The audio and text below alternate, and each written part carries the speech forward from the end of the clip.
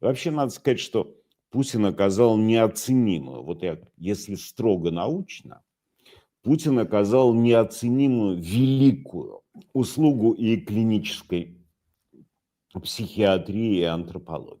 И теперь, благодаря всему случившемуся, мы можем с точностью вычислить, сколько нужно времени для необратимой мутации страны в сборище каннибалов.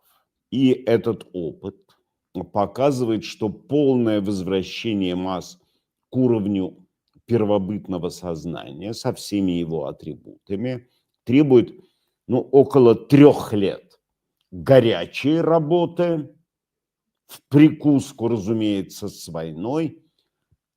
А перед войной предварительные ласки занимают лет 5 или 7.